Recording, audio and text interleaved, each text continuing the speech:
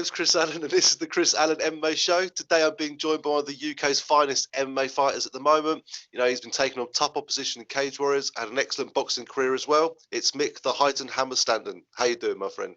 I'm good, mate. I'm very good. Thanks for having me on.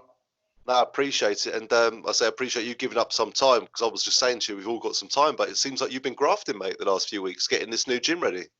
Yes, mate, working very hard. I've got a massive new unit. It's an old unit, but we're making it into a new MMA gym for my fight team. So we've had absolutely it's been a blessing in the fact that I work 6 days a week in the gym and training anyway. So it's been a blessing for me to get this ready for all the team and give me, it's been 6 weeks. I've been here every day for like 6-8 hours a day working hard and still nowhere near done. Still got a few weeks to go. So it's been a blessing to have the time to put in to get it ready. Strange how things work out. Yeah, that's it. So it actually couldn't have come at a better time. Like, you've had more time to get your gyms up and running and set up. I'm not trying to say myself, but I've managed to be able to sit down and set this thing up, like talking to you guys and stuff like that. You've got to keep yourselves busy, haven't you? And obviously you're doing that.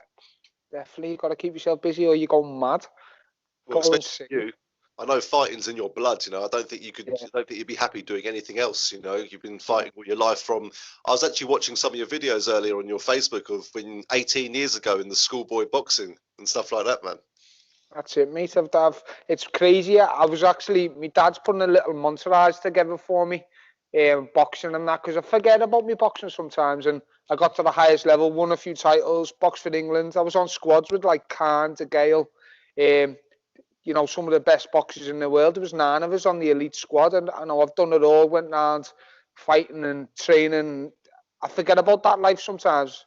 And now, you know, it's stepping stones in life, I think, where it takes you to where I am now, and being a coach and being a fighter. It's people don't see how much time and you put into it. They think it's just a hobby, but it's more than that. It's my life.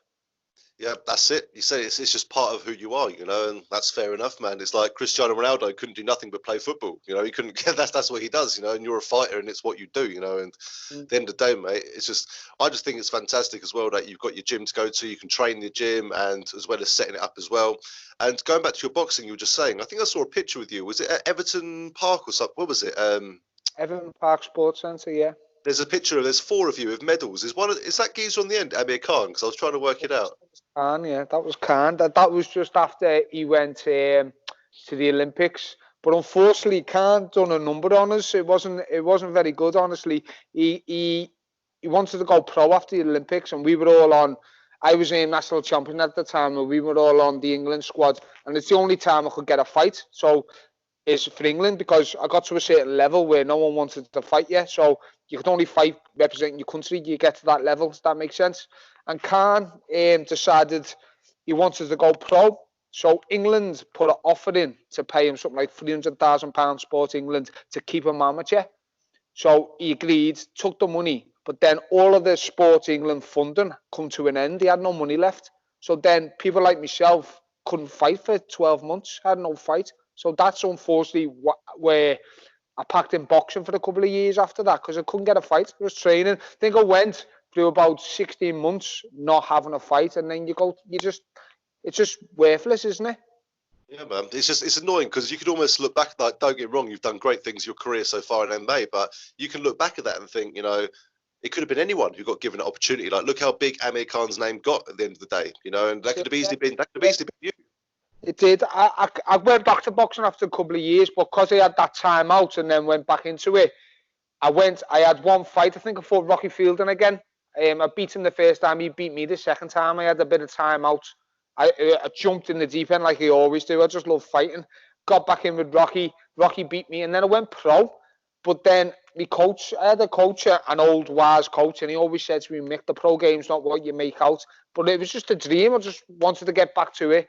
I think I went up to about 18.5 stone when I packed it in. Got the weight off, got back in. I fought at 81 kilos. I think it was 81 kilos, fought Rocky, and then went pro, fought at super middleweight. I won 2, lost 1, and over 3 years. And the boxing game back then, there was no social media or nothing. Yeah, and I'm not the type of lad, when I train, mate, I'm just like, I've got my family and I train. I don't do nothing. I don't go out partying. I'm not that type of person. I don't like going to the pub or nothing. Everyone's different, aren't they?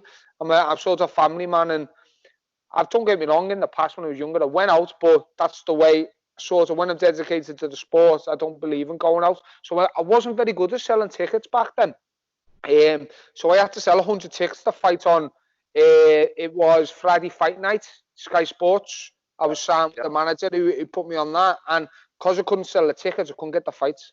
So I ended up being a sort of a ringer, and I had to go to Scotland to fight my last fight, and I got in there, and I was fighting a southpaw, and I just wasn't prepared for a southpaw.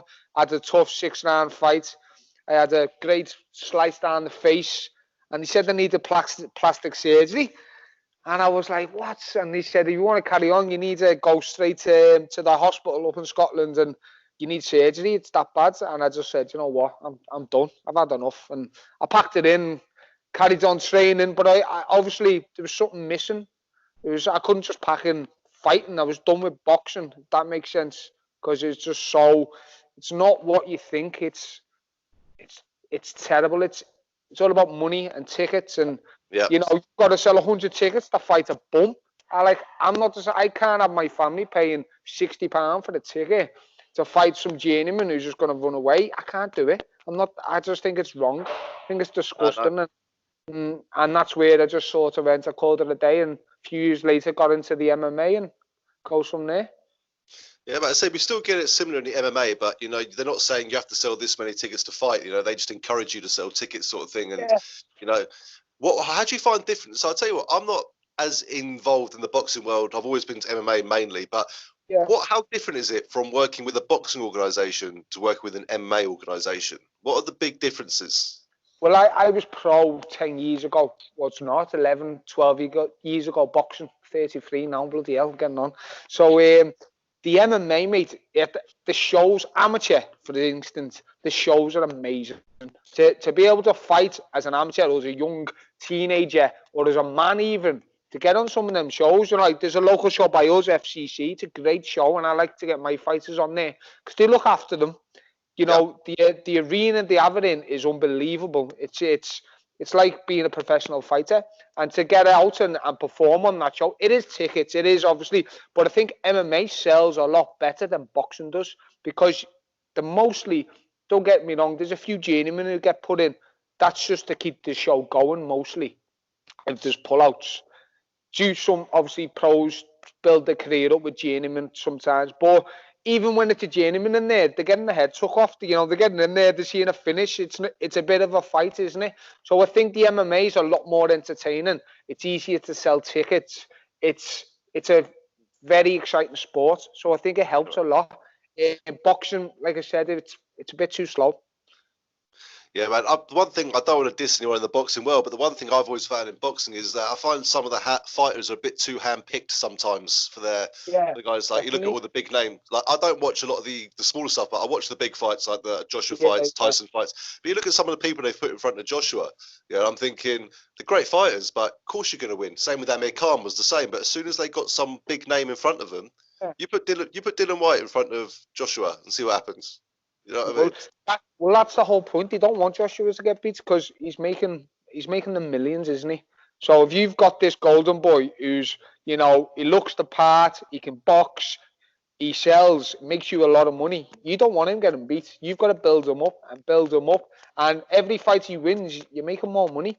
So if you put him in there and he's got a tough scrap and he gets beat, a lot of people, and this is a problem with fighting, a lot of people get beat and the head goes and they call it a day, and it's like they're gone, they're finished. It's crazy how many, like, over the years, how many really amazing athletes and fighters I've seen who pack it in because they get beat. Even MMA, you know, there's a lot of lads when I started out who were doing it, and they were great lads, and they get built up to be this superstar, and you're going to get beat one day. You know, it's a tough game to be in. You know, very few people, and I think smart people sort of build up this nice record to get up on the big stage, on the big shows, but you are going to get beat one day. And if you love it that much, you can't take it to heart and pack it in. It's different if you're getting knocked out a lot, you're getting hit, or you get to that level where you can't go any further, then it's a big decision to make. And hopefully I've got years left and I won't have to make that decision. I can keep going. But it's sad to see people just pack it in, and that's why the boxing, they're very careful with them, because once people start getting knocked out and stop, it's game over then in the boxing world. Yeah, well, when Joshua lost his last fight, against that Louise guy, like, you know what I mean? That was the end of it, wasn't it? Really, like, you could on see. But then, if you look at MMA side of things, look at someone like McGregor. The UFC don't want him to lose, but do you know what? He fought anyone. He fought the biggest names. You see, so that's the difference I'm seeing there. You know? Yeah. Well, it's even better that he's come back and he fought Diaz again, and he comes back and he wants to he wants to keep it even again, doesn't he? And it'd be great to watch, even though it was very one-sided. But that's the beauty about a fighter. They're not doing it for everyone else to think, they're doing it for you. It's like, Webb beat me. I want to fight Webb again. I'd love to. Even though I've made the decision to go back down to welterweight now, it's time for me. I want to fight Webb again, because it's not the fact that he's beat me. It's the fact that I know I can do better. I want it. It's me. It's the challenge I set myself. It's a strange thing, and that's when you know you're a true fighter, because you want to get that win back. Yeah, that's it, and that's what I love about the few guys, man. Like, you get a loss, it's all shaking hands afterwards, but you want that fight again. I know you were calling for Webb quite a lot anyway. Before I said in the nicest way, I know you two, you get on anyway, sort of things.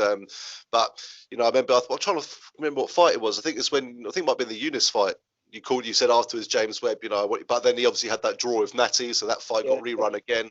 But. Yeah. So, but anyway, mate, it was what was interesting to see actually in the Webb fight was, if anyone watched your previous fights, they could see how far your wrestling was coming, your ground game and stuff like that.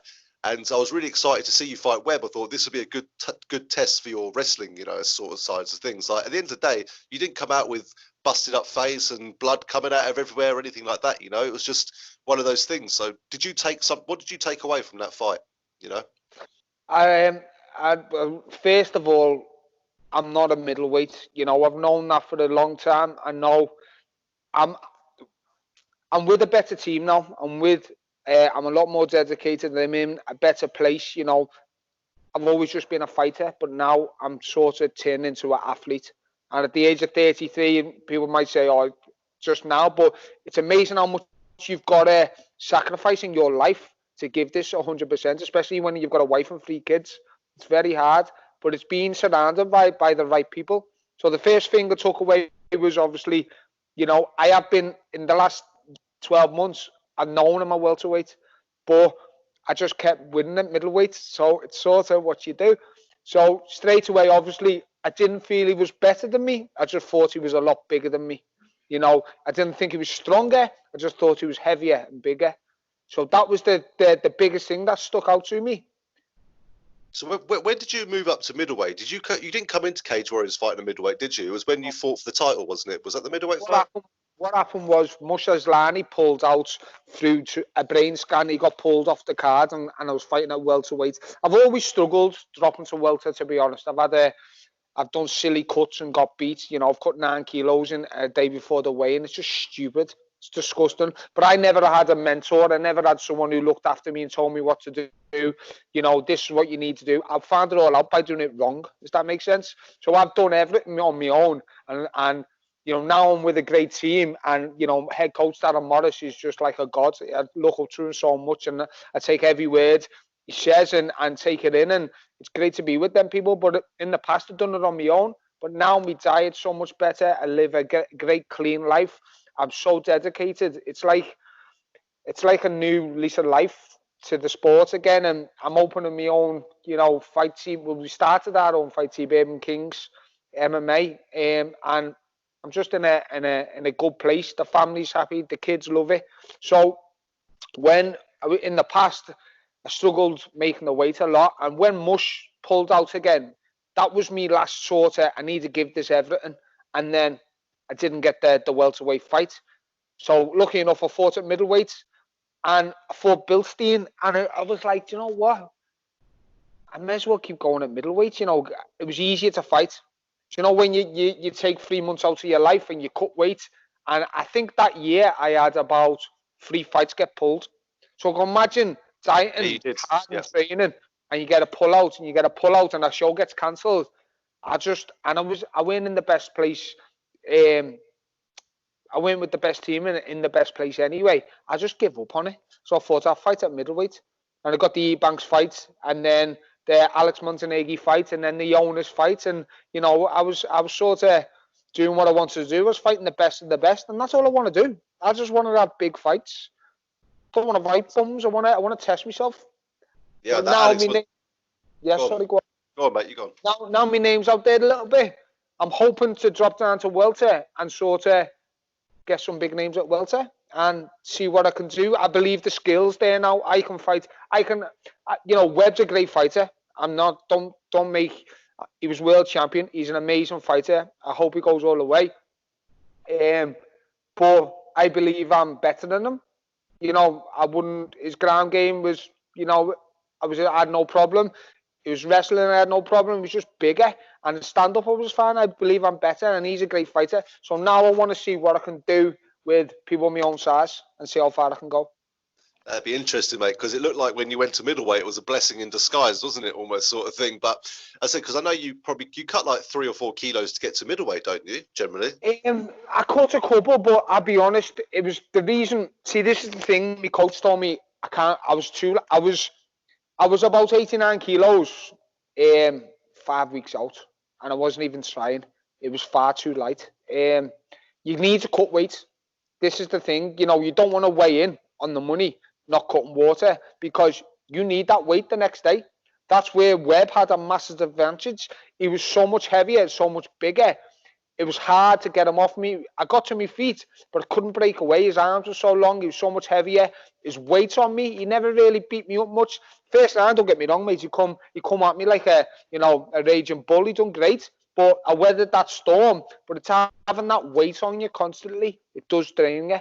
And this is the part of being with ASW and that, and learning so much. You know, I'm learning these things. It's not boxing.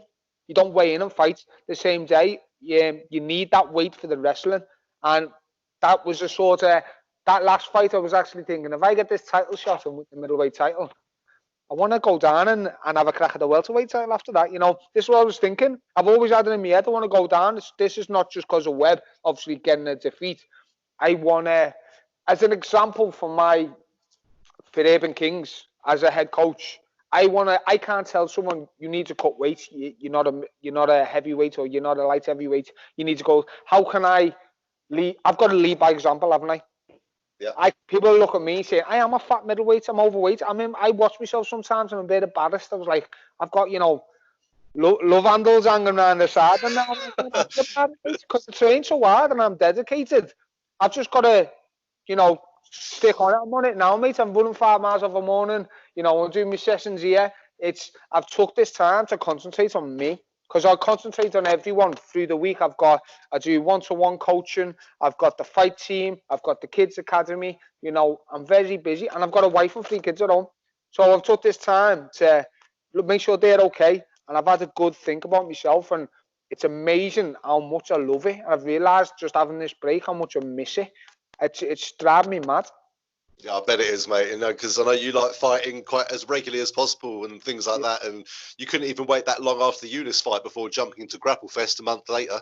But you know, but are you still with ASW then? You still training there, or are you gonna? Yeah, definitely, mate. Yeah, I'm there for forever. I love it there. I've never been happier to have so many good training partners and such a good head coach. Urban Kings, my fight team.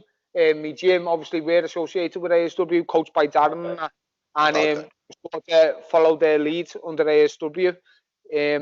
But it's the best. That's all. I always felt like, obviously, boxing for England and being with elite fighters. My last gym, you know, it was a great gym, but I always knew there was a step up, and I was always chasing and knew things weren't right. And when I went there, it was an eye opener, and they are the elite. They're one of the best teams, you know, not just in the country, in the world. It's unbelievable, and I look forward to seeing what I can do under them. You know, been getting coached by Darren for the last 2 fights, and like he said, we're just getting started. This is just the beginning, and you know what's it's nothing really, is it? You know, thinking how long I've been doing it, and I can't wait to just keep getting better and keep learning. Yeah, man, you got loads of time left, man. I said I'm 33. I still feel sort of healthy, but I said you got people like Randy Couture. You got to 49, man. I'm sure you don't want to be fighting at 49, but you know, but I said obviously there's a limit, isn't there? But you keep going, you keep winning, mate. Then that's the thing, isn't it? why not? He was a heavyweight champion in his 40s, man. You know, you can't really take that away from the guy. But anything can happen, man. Like I said, the way you're going at the moment, keep getting these wins up. Is something like the UFC in sights for yourself? Oh, mate, that's a dream. I don't look that far. I believe that you need to have small goals to lead to the big goal. You know, a big dream of mine is to sort of look after my family, mate, because, you know, we'll work my ass off and I would just want to give them the best life possible. And if to get paid good money to fight, that's just amazing. You know, Bellator, UFC, you know, there's a lot of big shows, isn't there? There's a lot of ways to make money out of it. I do believe I've got to chase that money one day. But at the moment, I don't chase it. I just do it because I love it. I love my job. I love me. My life's perfect. I haven't got much, but I'm happy, if that makes sense. That's what it's all about, man. It's the little things that count, mate, and that's the best attitude to have. You know, don't want to be like the multi-billionaire fighter and all this sort of stuff, but you're with an organisation that is so close with the UFC. Graham Boylan's very close with Dana White. You know, a lot. Well, I think we're nearly over 100 fighters from Cage Warriors now have gone over to UFC now. So you're definitely in the right place for that dream to happen. I think so, mate. Yeah, I think so. You know, I had my heart set on that middleweight title again. I nearly got there. It was close. I was a bit gutted. I don't know why they give me Webb if Webb doesn't want the title. I was a bit disappointed with that, you know. And then they were going to bring someone in for Natty out of the organisation. I thought that was wrong. I was really annoyed at that. But it is what it is. I love the show. You know, I think my contract's up now. It's coming to an end, so we'll see what happens. I love to keep fighting for them. But like I said, business is business, isn't it? They'll keep hold of you, mate. Your fighting style is exciting enough, and that's the sort of things they want to see, mate. And I think they'll be stupid to. And you know, the amount of cancelled fights you've had, and you've hung around, and you know, you've waited for the right fight to come in. I think that just shows your dedication to the company and the sport, mate. 100%, and the professionalism as well. I think they like.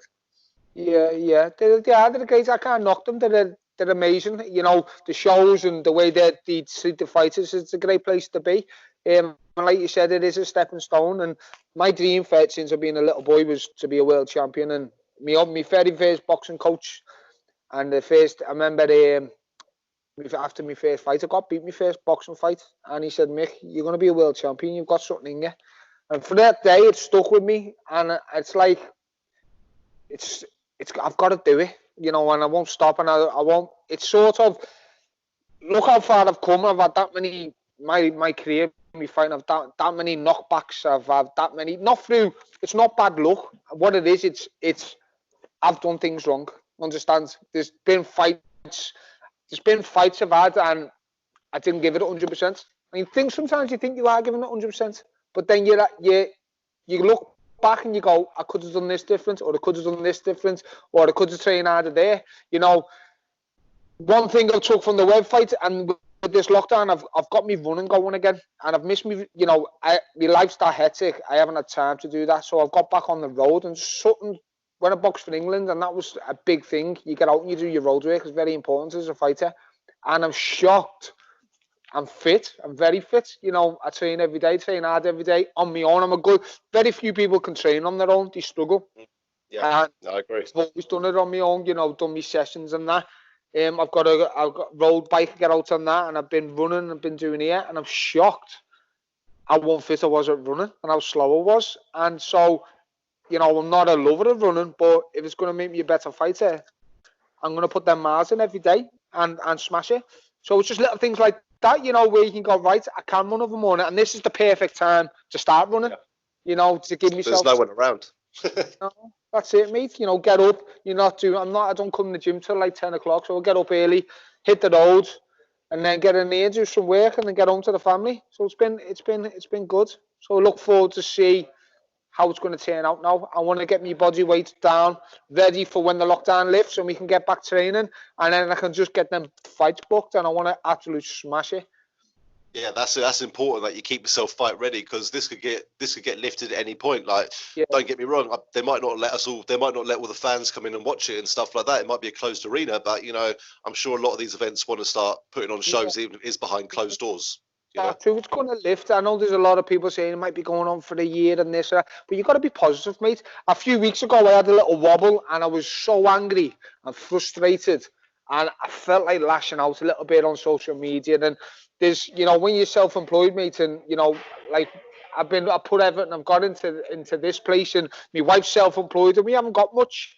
And you've got people staying, don't be going out, and you've got to bite your lip a little bit, because it's like, if you put yourself in someone else's shoes, okay, so you might be all right, getting paid your wages, sitting at home, isolated.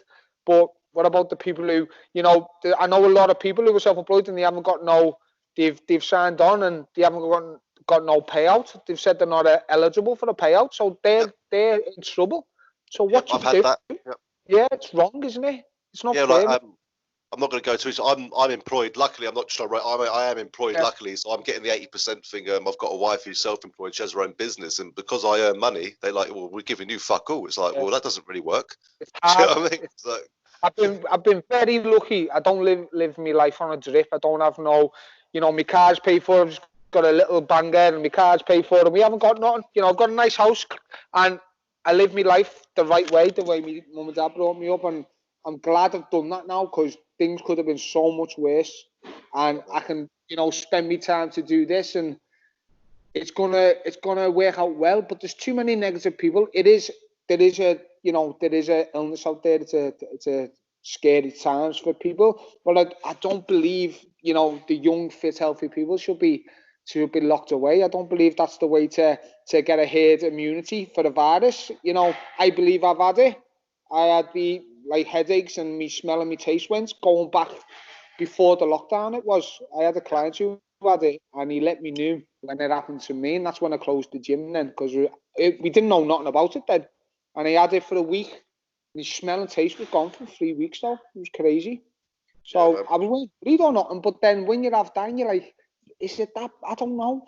There's people dying. It's sad, it's scary, but I think the government's done us over. I don't think it's I think they've done things wrong, and they've fucked a lot of people up, mate. There's a lot of people, businesses that are going to crumble, and I had to get my head right. I had to be in the gym every day, and it makes me realise how much important this place is that I'm doing here, because this is a safe haven for so many people. Because I'm a happy person when I've got my routine and that, and I don't get angry or not, and my head falls off in the place that I get angry with myself. I get frustrated, and I can't speak to people, and it's weird, it's strange, but the way since being a kid, the way I've dealt with that is training. So to lock people up and put them in a house when they're fit and they're healthy and they've got no illnesses or they've got a good immune system, it's going to make people even worse. It's crazy. And I can't train. And reflecting what you said earlier, I can't train on my own. I'm at home trying to get the bench out and the weights. I'm thinking, no, I can't be asked. But if I had someone with me saying, let's do it together, like I'd push that one more rep, or I'd push that, just little things, and I just can't find the motivation at all. Yeah. Well, I had a week or two like that, and unfortunately, I started drinking, because that's another thing that I do. If I don't train, like if we're going holiday, I'll have to have a drink, because it calms me down. It's crazy. I've always thought there's something wrong with me, but that's why I train, because it just makes me so happy, and just I can't explain it. It's a crazy thing. So if I don't train, it's like you end up drinking. And I remember going to the shop, the Asda, doing the weekly shop, and the alcohol aisles were empty. Yeah, they are. Of everything. So people are sitting in, getting walloped every day, getting pissed, yeah. So you've got a virus out there that's killing people, that's attacking people's immune system. And instead of people looking after their health, building a good immune system, keeping the weight down, because it's attacking, lots of different conditions. People are sitting in and getting pissed every day. Not being in the sunlight or nothing. It's absolutely backwards. It's the worst thing you could do, if you ask me. But That's my opinion. I've isolated. I haven't been, like, I'm in the gym. I've got a couple of people help me out, but I respect other people. I don't even go to shops no more or nothing. My wife goes out and does it. I just come here, do my work, because you've got to respect other people and their views and that, because everyone has their own opinion. Everyone has their own opinion. That's fine. There is a virus, and, you know, it is killing people, and, you know, you've got to, I think they should have isolated the older population or the ill, or you can't make it ruin the economy. Like my friend got a phone call from the NHS saying you got to stay in because unfortunately he was ill with cancer, but he got over it twice, you know, thank God. But he even though he's my age, 33, or our age, 33, he got a call from the NHS saying you got to stay at home, and it's driving him absolutely mental. You know what I mean? And the mental health issues at the end of this, I think, are going to be quite high, like you were saying. Yeah, they are, mate. They are. And hopefully there's some good news Thursday. Obviously, gyms aren't going to be just allowed to open, pubs, but it's a stepping stone, isn't it? It's a stepping stone. You know, it's crazy how they brainwash people, though. They're like, you know, save the NHS, save lives. We're all going to get it. Everyone's going to have it. It's not going away. They've just slowed it down, and people are in the house. I've gone this, and that's why I can't go to the shop, because the face mask, the gloves, people don't understand, you know, cross-contamination. You know, they're doing the shopping, putting it in the bags with the face mask, with the gloves, stay away from me. And then they go home, take the face mask and the gloves on, and get the shopping out and that. And it's just, the people don't understand. I worked with meat. We had a family business, butchers, and we used to, obviously, we had raw meat and cooked meat, so we had to do courses in cross-contamination. Yeah. And it's amazing how bacteria can spread. You know, how you're in the raw meat room, you know, you have to put your gloves on. You work with the meat. Then to turn that tap on, you've got to take your gloves off to turn the tap on, and then put another pair of gloves on to go back to the meat. So people don't understand these things, because if you turn that tap and then you go back to your meat and then you take your gloves off and touch the tap again, it's like you're just going around in a big vicious circle. And it's amazing how they can put things out, like wash your hands for 20 seconds. That must be the worst advice on the planet. It's like you'd have to wash your hands something like 500 times a day, wouldn't you? Every time you touch something, you need to wash your hands for 20 seconds. That is the craziest thing. That is madness. It's absolutely mental, mate. And when you put it like that, you know, you're right, mate. Everyone, like, and what makes me laugh is you see people out and about and they get their mobile phone out and they're tapping away on it. I'm thinking, how often do you clean your phone? You know, driving around in the car, and I shouldn't laugh, but I've got to, with gloves and a mask on in the car on your own. If you are like, like I said, I'm 99% sure I had it before the lockdown. You know, I had a client who I wrestled with. He let me know I had the symptoms. I didn't know I had the symptoms until he phoned me. He said, I can't come in for the next few weeks, Mick. I've been in bed with a really bad virus. It looks like I've got that COVID. And I've been training him the week before. And then I started saying these headaches have been a bit bad. And he had the shits and stuff. So I didn't even know he had it. It went until the smell and the taste went, and that come up after he had it. That was one of the symptoms.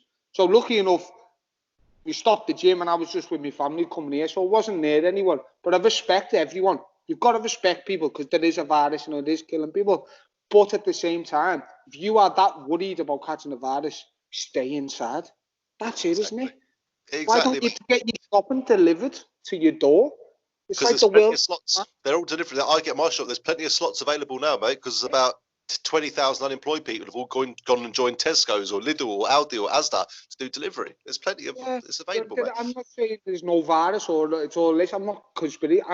I just believe what I had one day in the house and I was watching the news and I was like, this is bullshit. This is just, you know, it's wrong. I just felt it was wrong, and I'm not I just common sense. There's something about it that doesn't make sense. You don't lock up healthy, fit people when, you know, there's a virus and the statistics are there. They're killing the old and the sick.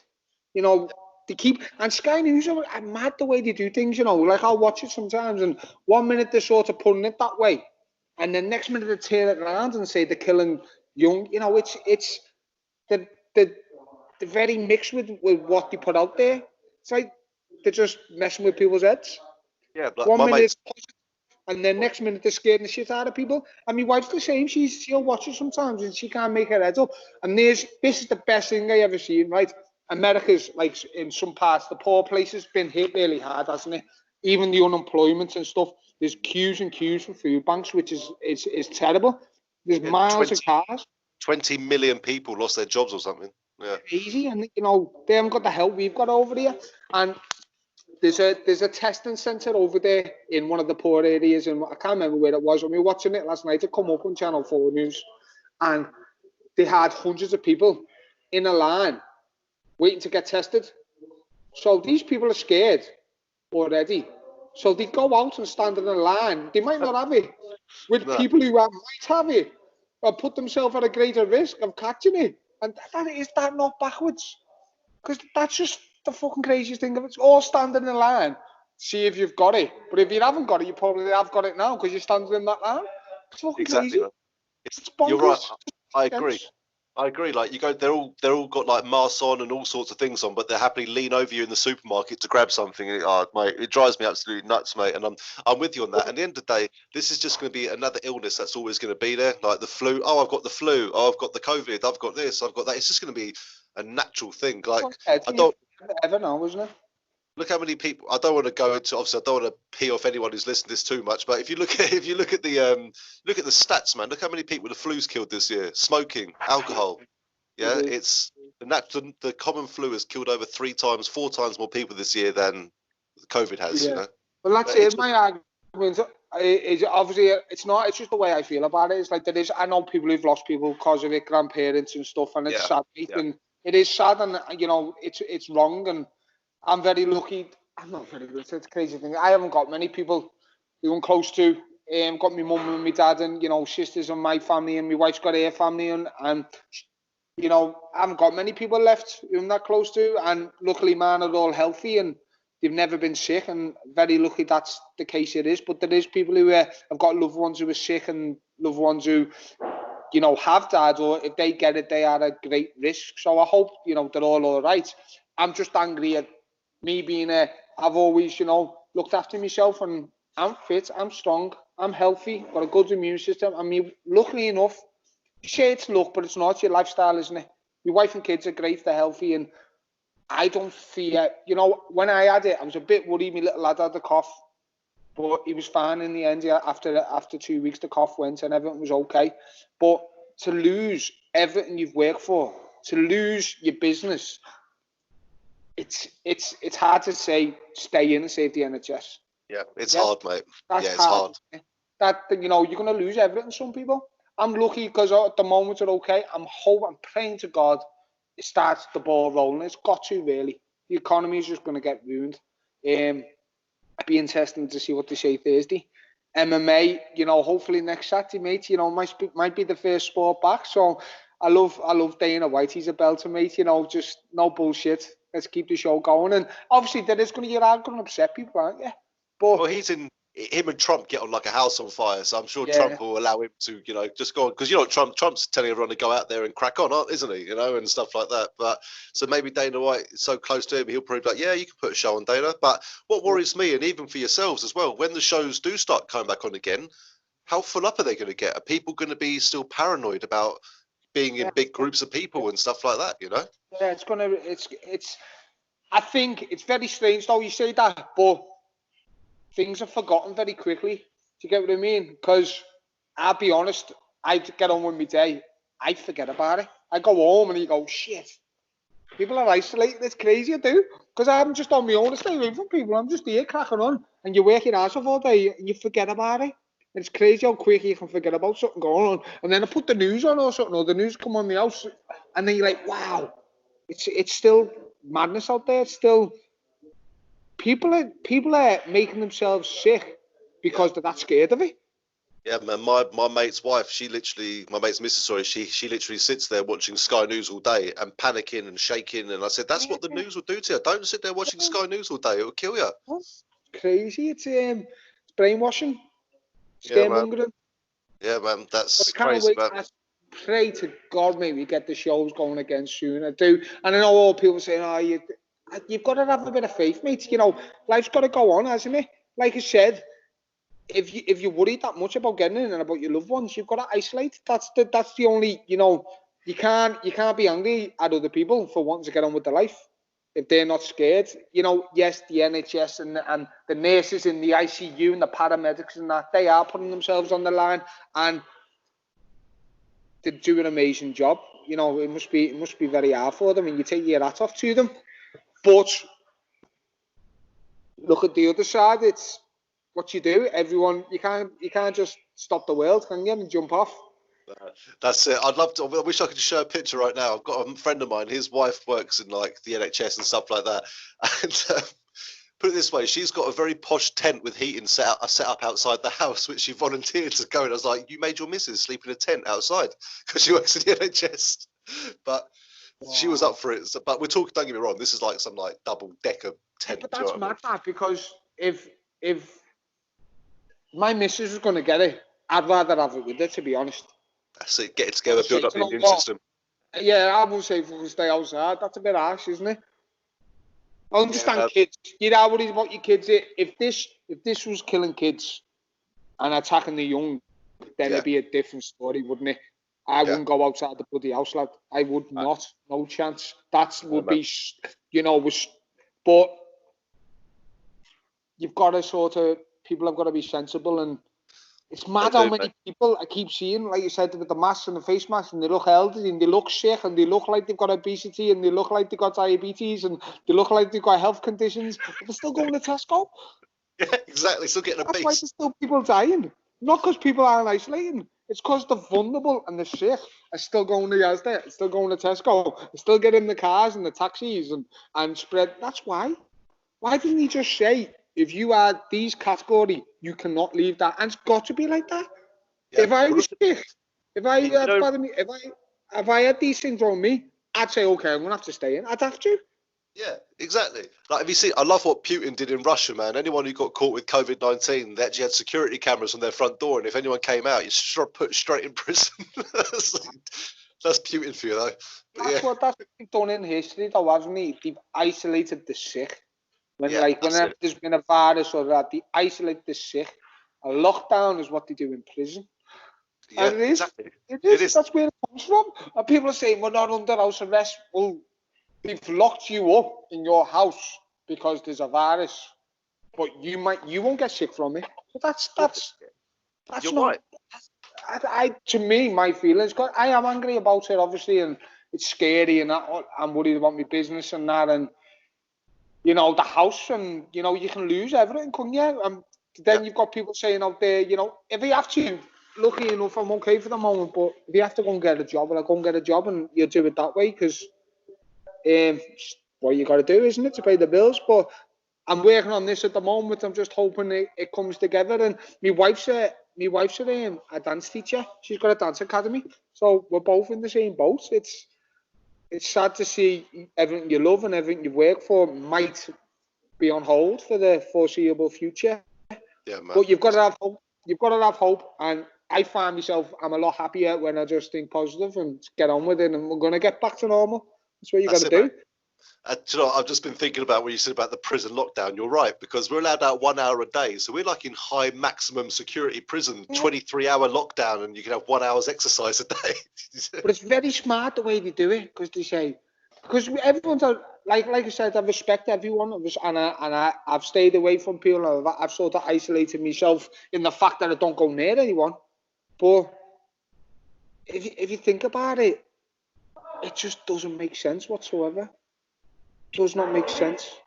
No, man. No, you're right. Completely right, mate. And, you know, I appreciate your views on it as well. And I'm sorry for taking up too much of your time as well, man. That's all right, mate. I've got a bit of free time. It's good to finally get it off my chest, to be honest, because it's been, it's hard.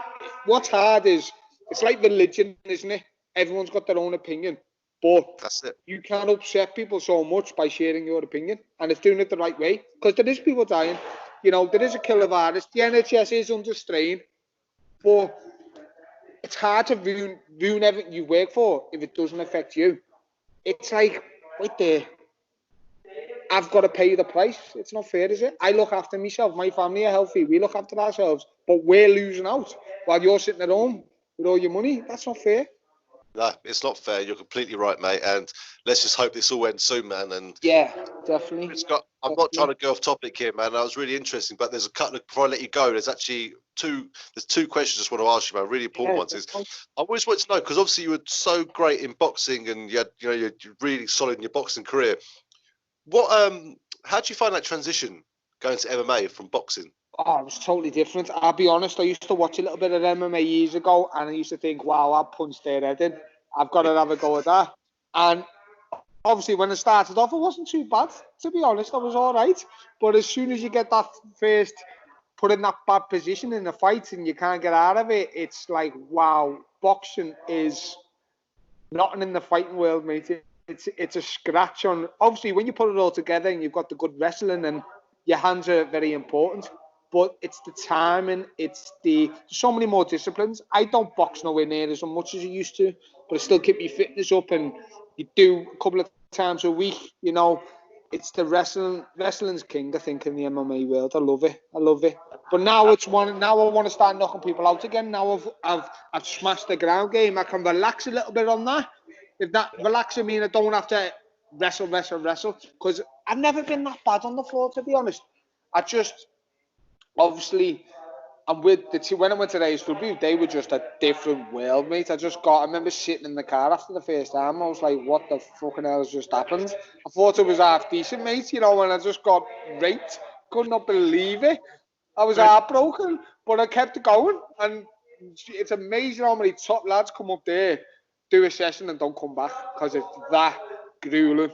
It's the animals, and they've just completed everything for me, and sort of, there was little holes in my game and things. I think the sort of wrestling style we have up there at ASW and jiu-jitsu, BJJ, should say Brazilian jiu-jitsu, you can see the massive difference.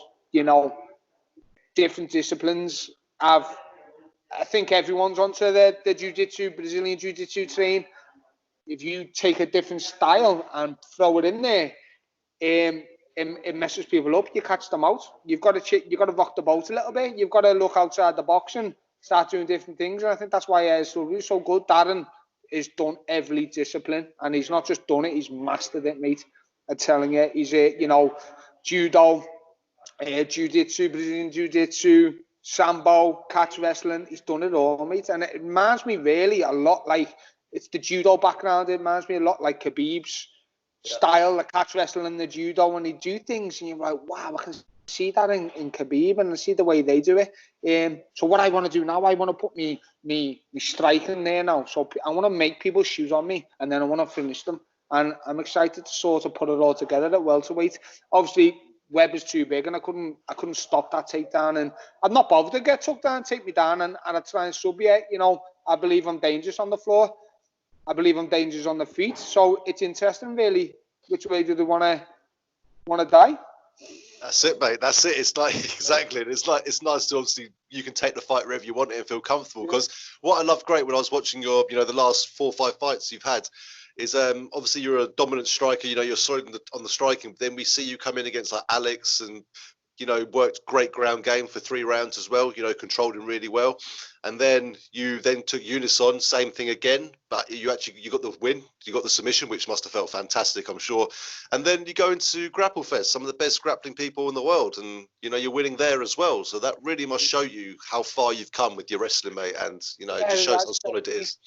Yeah, when I had them few fights with Montenegro and Jonas, I was going through a tough time. To be honest, I was changing gyms, I was changing work. I used to be a coach at a different gym. I was setting up my new gym. It was hard. It was, there was all sorts going on in my head. Am I doing the right thing? I felt like I had thoughts of packing it in and go and get a day job. It was absolutely crazy times, to be honest. So I wasn't 100%. It wasn't the best fight camps. Then after, Jonas was sort of the first full camp with ASW. And that's where, obviously, I enjoyed that fight. I was made up with that fight because I know Jonas, he's a good lad. I was speaking to him yesterday, funny enough. He's a good lad, and he's a good fighter, and he's a good athlete. He's a beast. He's mate. He trains at and Renegade Jiu-Jitsu, man, which is unbelievable with some of the fighters they got down there, you know. he's a beast, mate. And that's why I wanted to fight him. I just thought, if I take him out, it's going to make a statement. My knee blew. So Yeah, I've had problems with that knee. It's looking okay at the moment. And, you know, I'm back kicking. I haven't kicked for, like, over a year. And now I'm back, you know, been working the bag, and my knee seemed okay. It was my meniscus was popping out. And it pops out, and you get this sharp pain. It feels like you've snapped a ligament or something. And then 2 minutes later, it goes back in, and the pain goes. So I've been suffering with that for a long time, and thankfully now it looks like I've sorted it with a bit of rehab and conditioning on the legs. So now I'm back kicking as well, and I've got great kickboxing. So there's loads of little different elements that I've got to put together now and create this new style, and I'm looking forward to it. You know, with a good camp, get this weight down now, get ready to go and see who can get to fight me. There's some good names at welterweights, and I want to test myself. I want to test myself against them, see what I can do.